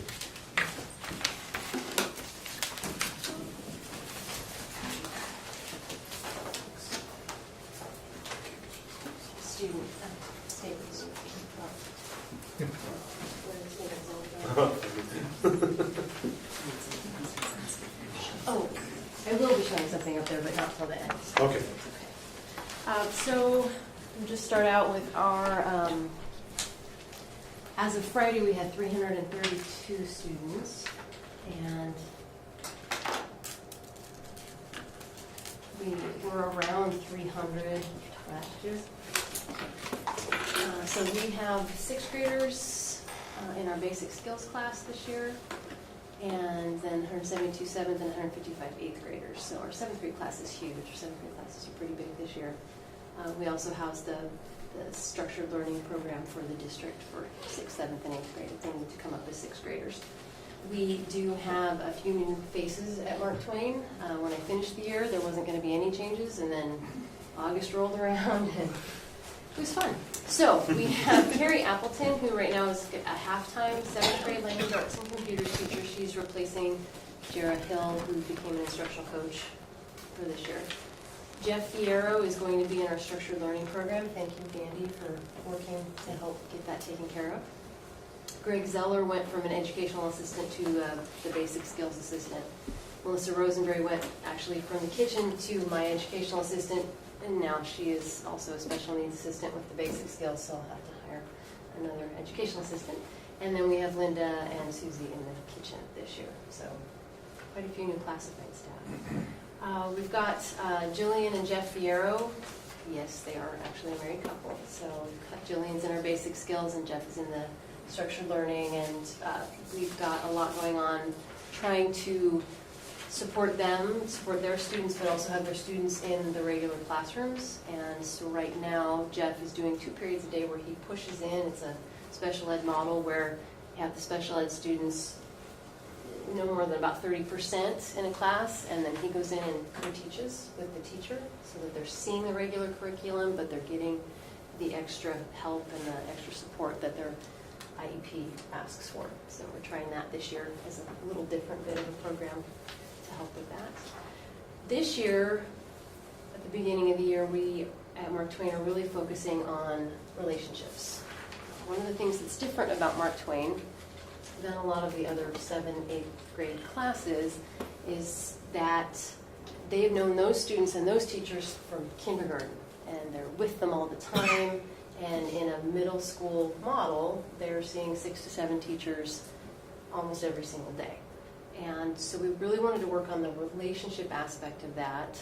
We know that kids, when they know that you like them and they like you, they will do better for you. And so we're working on both behavior and academics that way. So PBIS is Positive Behavior and Intervention Supports. Once upon a time it was PBS back when I first started, and they got sued by PBS, so they had to change their name. So this year we started off with just our 7th graders on the first day. We called it our 7th grade roundup. And the first half of the day was with their AG teacher and the other 7th graders in their AG class.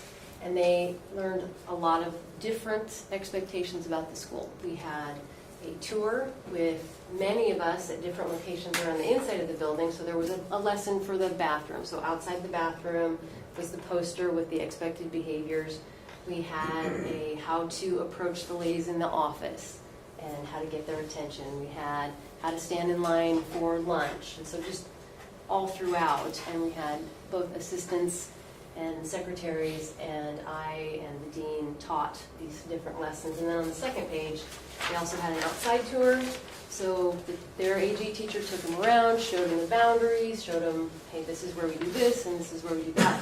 It was so successful that we probably should have just done it with our 8th graders too. Because they forget over the summer what the expectations are. So it's definitely, that is something that's in our brains as we think about the move to Schlater, and I've been in that building, I think, 3 times now. So there's going to be a lot of time that's going to need to be spent trying to make sure that we do the appropriate and proper lessons for students so that they know exactly what is expected of them for behavior over there. So it was great. And then we all had lunch together. And then they went to a very shortened schedule, 1 through 7. So they got to see all of their teachers and who their teachers were going to be. They got to practice their lockers every single time, because that was one of their greatest fears, was trying to get their locker open and be to class on time. And then they finished in their AG again, where they did a reflection on how the day went, how they were feeling, what were they nervous about in the beginning, they got an answer at the end. So we also have a board in my office now that should have done it this way, and so we've definitely problem solved a lot of that. So it was, I think, a fantastic day for our kids, and the staff had fun with them too. So bonding and learning all at the same time. For our school climate, each week in our advisory group, we're going to be working with different lessons of respect. We have a different plan for October, which is Bullying Prevention Month, but we have internet safety one that's planned. We have and then some different reviews throughout the year to remind them of the appropriate behavior. We're really hoping to allow teachers to teach instead of having to deal with any behaviors that are inappropriate for the classroom. So what I have is then the video that we showed our 8th graders the next day. So, Would you like to scoot to the side of it? yeah,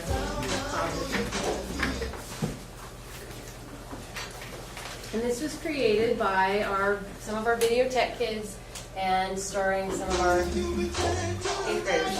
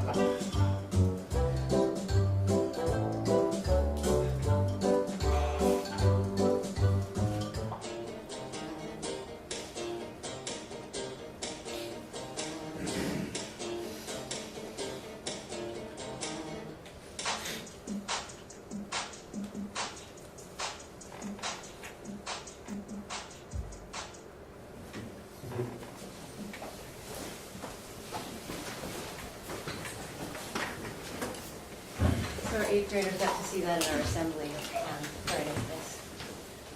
So they enjoyed that. too on the video. So that is what we're working on this year.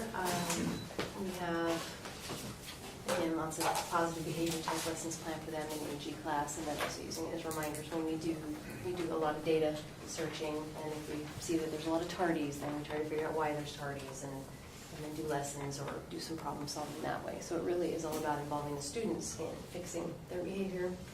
Excuse me, I don't know what it is about you guys, and I always lose my voice when I have to talk here. So that's what we're focusing on for our students. For our staff, we do dedicate one of our staff meetings a month for professional development. We really focused on Danielson last year. This year we'll continue with Danielson, but we also are going to be doing some work on using the staff members who are the experts. So at the beginning, that first week with in-service, we had an in-service on writing across the curriculum from our language arts teachers, and they taught the rest of the staff about summary writing and some different prompts and how to do it, and then we'll do a follow-up in about a month when everybody's got to try it out, just so that we can help increase any of those skills that students would need for the SBAC. And we are also, in regards to the SBAC, our math teachers are going to specifically go to a training on that in-service day in October to help them figure out, okay, now that we've done the test and here's our standards and what are we doing to try to help improve those scores. Our language arts teachers were above, our students were above average, above the state average for both 7th and 8th grade, and math needs a little work. So they're already, and they were very excited to go. I showed it to them and they said, can we go? So that says a lot about our staff and trying to make the improvements that they need to. So that's that. Very Any good, lots of good questions? stuff.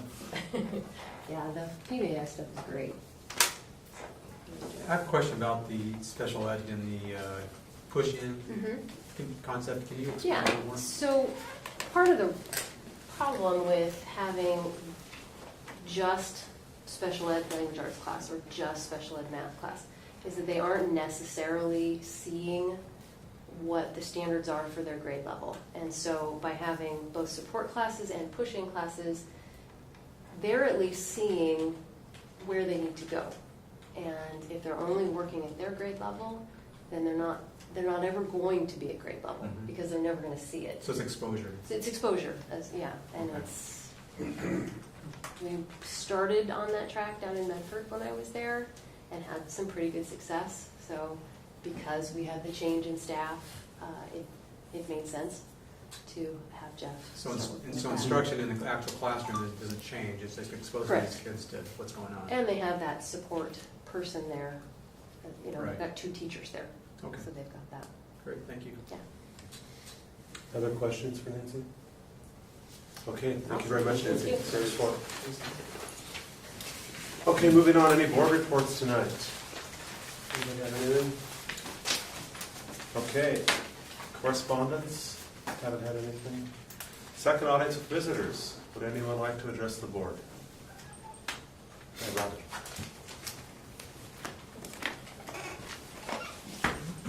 I just want to clarify a few things. I want to throw some numbers at you now that you've kind of gone through the stuff on the SRO with Andy. In your May, the May budget meeting, it was proposed that there would be approximately $350,000 coming to fund the budget additionally. It didn't turn out to be $350,000, and in your work session minutes in May, it's estimated it's $175,000. Those, to just kind of go into the budget committee, I don't think you stepped on the toes of the budget committee, but I do think it was based on a technicality. Had you gotten the $350,000 and moved that money to the general fund without another budget committee meeting, it would have been, because you can only move 10% of any one fund, which the general fund gives you roughly $240,000 that you could move around. So that being said, they were very much given priorities for that funding. If the budget committee approved the budget based on the fact that we didn't know how much money we were getting. Number one, it says here, and this is your minutes, funding to address the positions in the district that were reduced or eliminated. Number one. So I want to clarify a couple things too. Scotts Mills is up 12 kids, down half a teacher, which up 12 kids is pretty cool. The PE grant that we got is helping us fund a teacher that's not a math specialist. She does have the math certificate. She's not teaching math at Scotts Mills. She's teaching 7th and 8th grade, not straight grade math. Talking about the truancy being a law issue, you said, I think it's irresponsible to not know what the actual crimes are, to say, yes, there's crimes, but we don't know exactly what they are. And I think that you say things like maintenance of kids, and that's important. It is. Relationships with police, important. It is. I do think the schools are doing more than you're aware of. You just heard Evergreen say things that were awesome with police and relationships. Scotts Mills does the National Night Out, police came out. Great relationships. That's all being done. In a perfect world, we would have this. You say that there's no price tag on it. 30 seconds. I have free parents. Does that count? Just try to. But, so, okay. So, that being said, I think that you're jumping steps. I think it's important to look back at step number 1. That teacher, Scotts Mills is the only school that lost half a teacher, but up 12 kids, because we're keeping our enrollment up, which is awesome. It's site-based budgeting. By next year, with the budget of Scotts Mills, we should be able to afford that extra half a teacher. But site-based budgeting, for those of you that don't know, is my favorite thing. But it's not giving each school, you talk about giving them out, we have to give out $45,000 to every school, but it's just like special ed. You don't give dollars to special ed based on who has more issues and who doesn't. There's all kinds of different ways to give different schools money. But the last thing I want to say is that I think that you really need to consider going back to step 1 with the money that was promised for the teachers and looking at education. We will continue in like Scotts Mills doing National Night Out and inviting the police out. You just pay somebody to teach our kids division. It's a big deal. There's no straight grade math. It's a big deal. That's it. Okay. I will say that I like the turf idea. I also graduated from McNary. It looks really cool. Anyone else?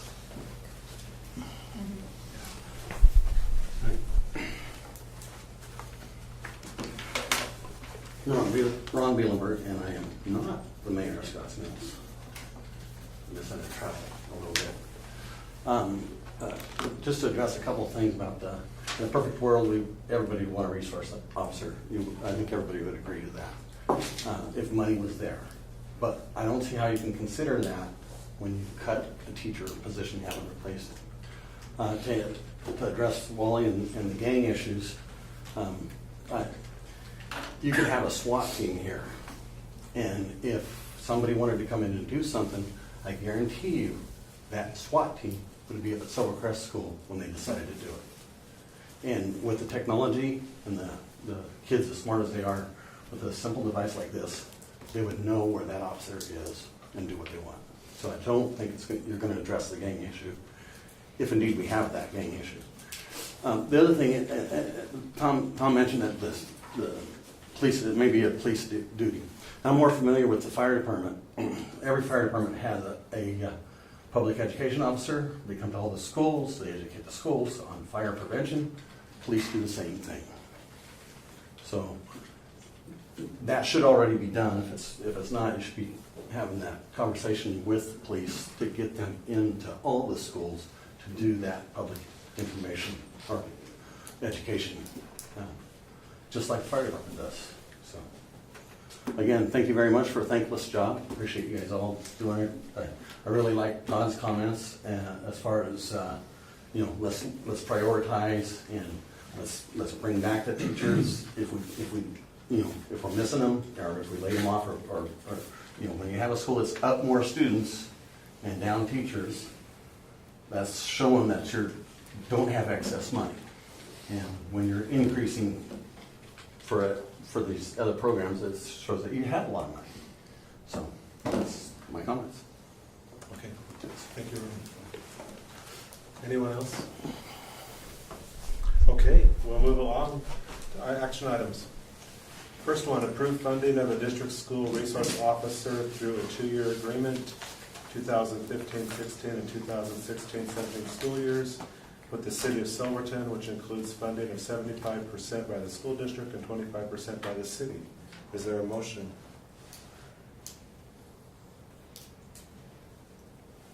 Can I say something outside the motion, or do I have to motion or? Well, if we have a motion, then we can have discussion, but we need a motion first.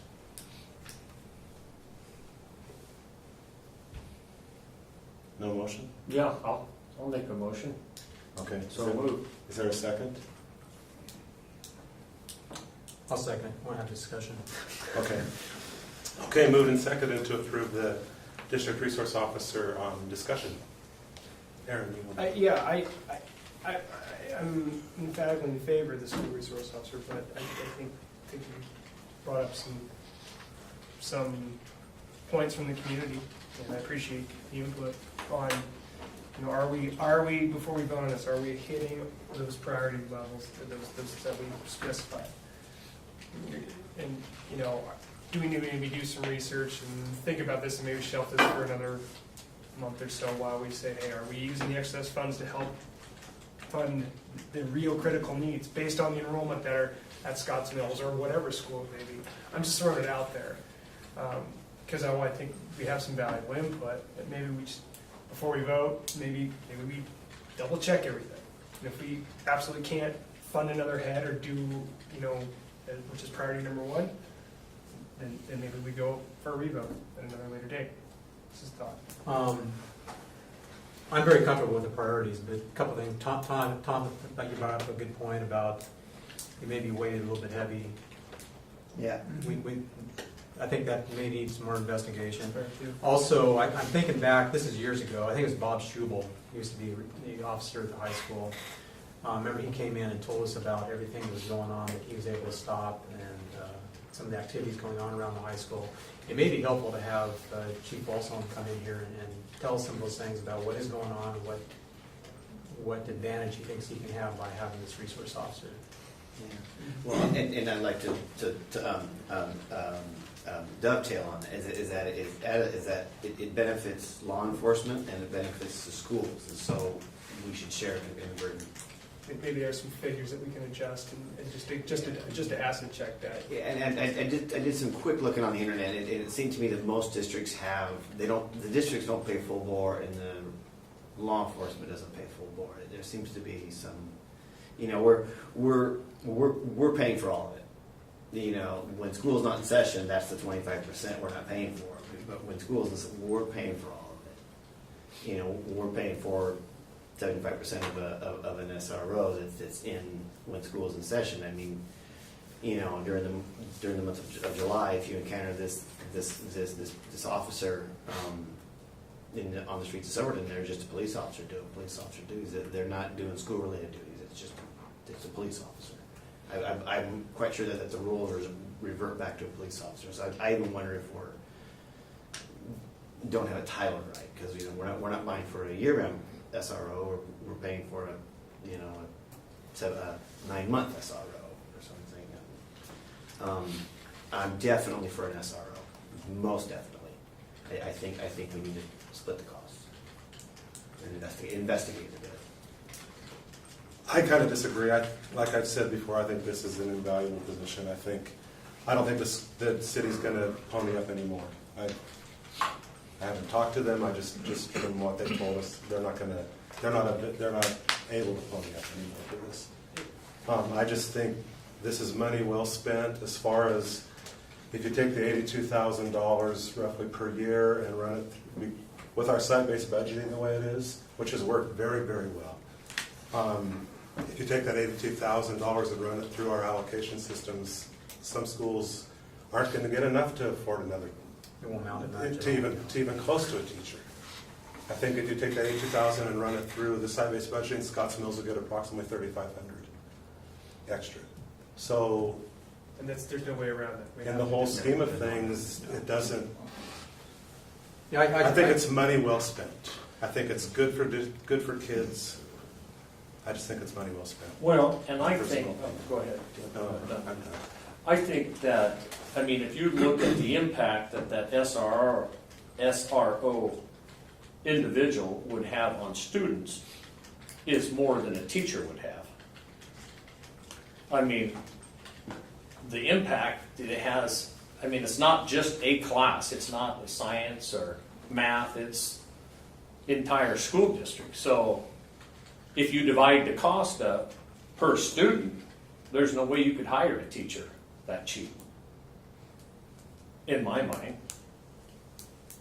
How much impact is one SRO going to have on 13 schools and thousands of kids? You know, we're only talking one. That's not much. I think a fair amount, a It's lot more than we have significant. now.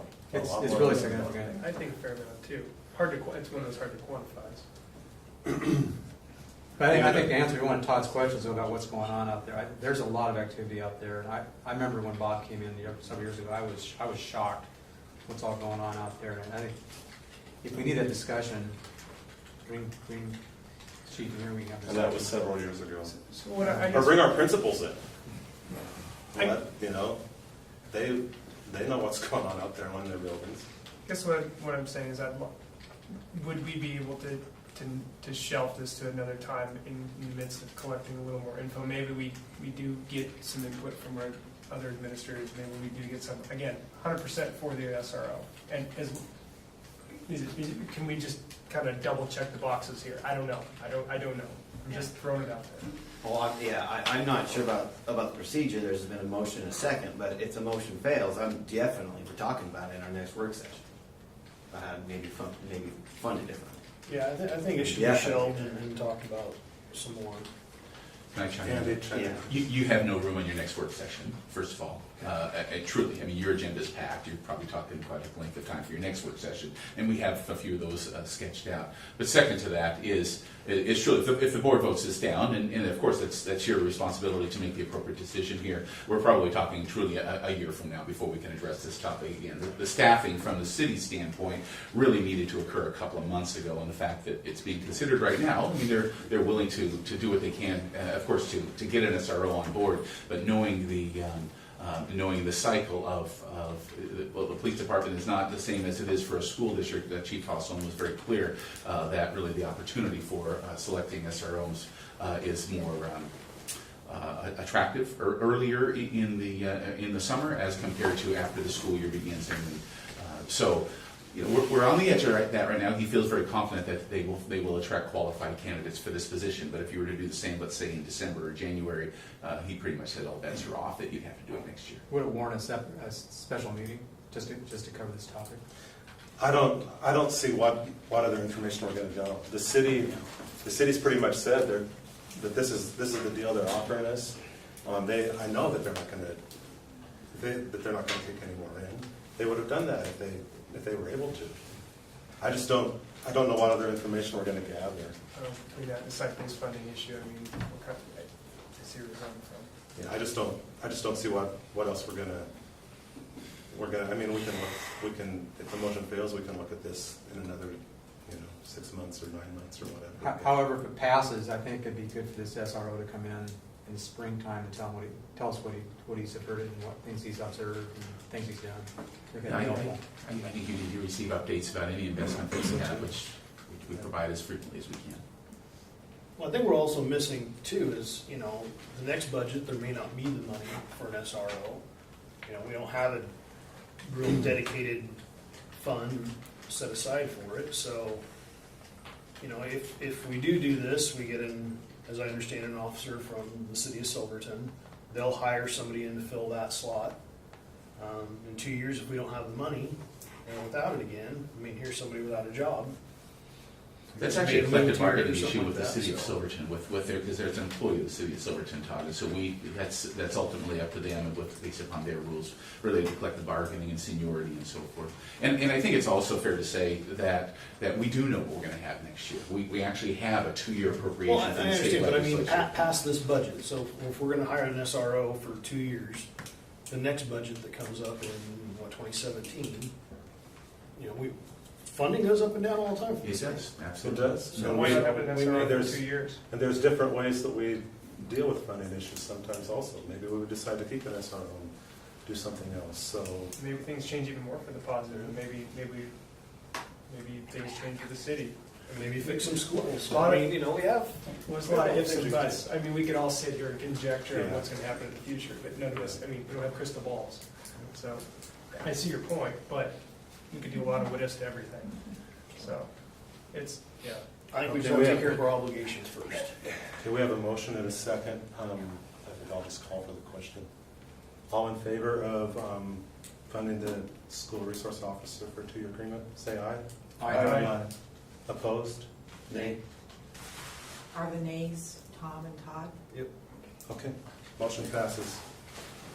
Okay, second action item, take action in support of community fundraising and planning efforts, which will result in the completion of field improvements and turf installation in McGinnis Field as a donation to the school district.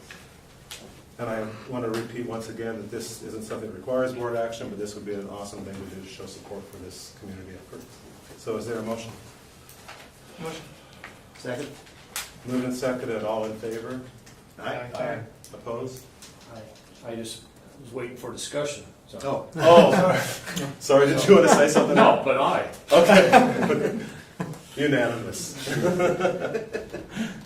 Sorry, everybody. Yeah, he was all over that. I know, I'm ready to keep moving. Okay, our last action item, approved 2015-16 board goals. Is there a motion? Move for approval? Second?